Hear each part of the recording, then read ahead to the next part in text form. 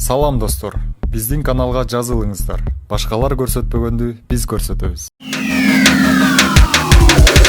Курсан Асановдун башкаруу чарасы 2020 жылдын февраль айына чейин узартылды. Ички иштер министрлигинин мурдакы орун басары Курсан Асановдун башкаруу чарасы 2 айга узартылды. 1-май райондук сотунун маалымат кызматынан сот Асановду 2020 жылдын 23 февралына чейин үй камагында калтыруу чечимин чыгарганын билдирди.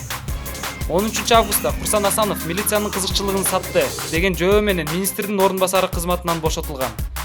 Ички иштер министрлигинин басма сөз кызматы министр Кашкар Жунушалиев Атамбаевди кармоо учурунда аны менен жалпысынан 3 жолу сүйлөшүү жүргүзгөнүн министр макул кылдырган соң гана ал ишке Асанов аралашканы тууралуу маалымат тараткан. Башкы прокуратура Курсан Асановдун иши боюнча кызматтык иликтөөнүн материалдары менен таанышып чыгып, ал материалдардын негизинде кызматтык абалын кыянаттык менен пайдалануу беренеси боюнча кылмыш иши ачылган.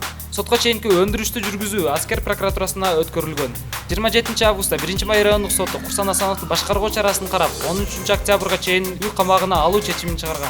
10 октябрда сот тарабынан Асановду башкаруу чарасы 23 декабрга чейин узартылган. Жалал-Абадда 5 жаштагы кызга ыплас иш-аракет жасаганга шектелген жаран кармалды. Жалал-Абад облусунун Аксы районунда 5 жаштагы кызга ыплас иш-аракеттерди жасаганга шектелген жаран кармалды. Окуя 20 декабрда Кум айылында орун алганын Жалал-Абад ОИБ'нин маалымат кызматынан тастыкташты. Кум айылында 2014-жылы туулган кызга 39 жаштагы жаран ыдык көрсөткөн. Шектүү коңшу айылында болгону аныкталды. Учурда бул факт боюнча тергөө амалдары жүргүзүлүп жатат, деди маалымат кызматчысы.